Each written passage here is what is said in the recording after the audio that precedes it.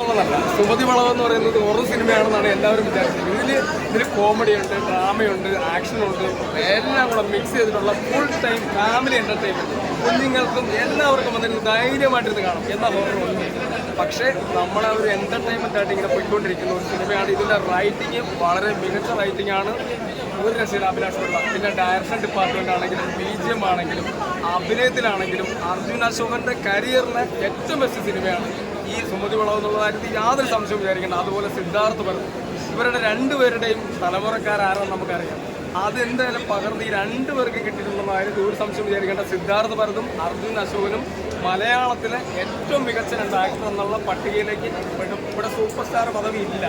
ഏറ്റവും നല്ല ഡിഫറെൻറ്റ് റോളുകൾ ചെയ്യുക, ഡിഫറൻ്റായിട്ട് അഭിനയിക്കുക, അവരെയാണ് നമുക്ക് സൂപ്പർ സ്റ്റാർ ഇല്ല.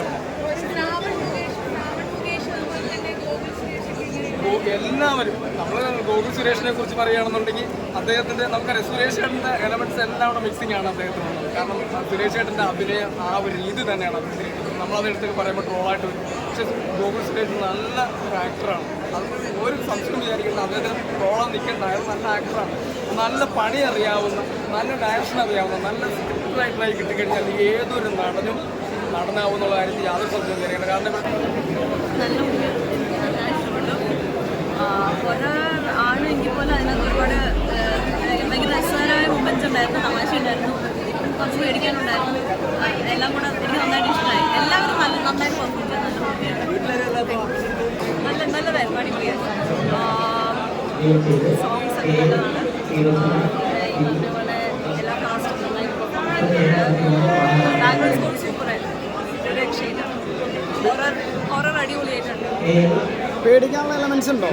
പേടിക്കാനുള്ള എലമെന്റ്സ് ഉണ്ടോ?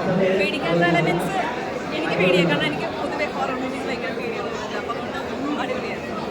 ശരി, എല്ലാ കാസ്റ്റും നന്നായിട്ട് പെർഫോം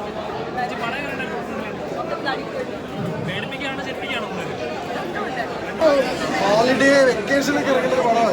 അങ്ങനെ ഒരു നമ്മൾ പലപ്പോഴല്ലേ നമുക്ക് മലയാളത്തിൽ ഇങ്ങനെ എല്ലാ ചേരുവകളും കൂടെ നമുക്ക് തോന്നില്ല. വിത്ത് ഫാമിലി, വിത്ത് ഫ്രണ്ട്സ്, മക്കളൊക്കെ വന്നെല്ലാം ആഘോഷിച്ച് കുറേ ചിരിച്ച് രസമായിട്ട് പോകാൻ പറ്റും. അങ്ങനത്തെ ഒരു എല്ലാ ഫോർമുലയും എന്ന് വെച്ചാൽ horror, comedy, action, family, drama, പാട്ട്, ഡാൻസ്, നല്ല സാധനം.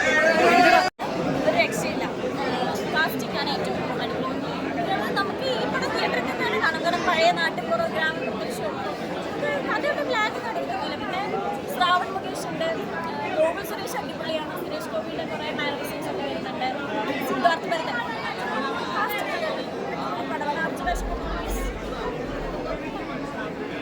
പടം ഇഷ്ടപ്പെട്ടോ? പടം അടിപൊളിയായിരുന്നു. നല്ല കഥ, നല്ല കാര്യങ്ങളെല്ലാം അടിപൊളി. എല്ലാവരും നന്നായി പെർഫോമൻസ് ചെയ്തു.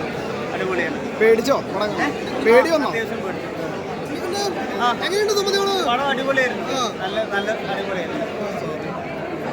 മൊത്തത്തിൽ അർജുൻ അശോകൻ, ഗോകുൽ സുരേഷ് ഒക്കെ അടിപൊളി. എല്ലാവരും അടിപൊളിയായിരുന്നു. എല്ലാവരും അടിപൊളി ചെയ്താണ്. പേടിച്ച പടം കണ്ടേ? അത്യാവശ്യം